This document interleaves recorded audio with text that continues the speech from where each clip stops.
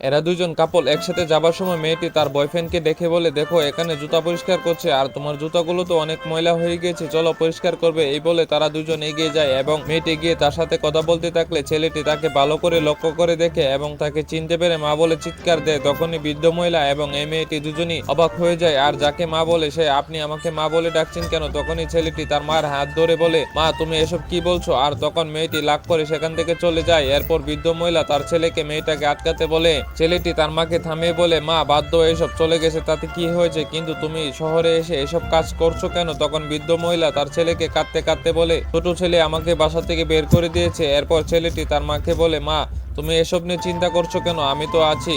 আর এরপর যা হয় বন্ধুরা সেটি জানার আগে আপনি যদি সত্যি মন থেকে আপনার মাকে ভালোবাসেন তাহলে এই ভিডিওতে একটি লাইক করে চ্যানেলটি সাবস্ক্রাইব করুন। আসলে বৃদ্ধ মহিলা তার ছেলেকে অনেক কষ্ট করে পড়িয়েছে, তার জমানো সঞ্চয়ের টাকা দিয়ে তাকে শহরে একটি ভালো কলেজে ভর্তি করায় আর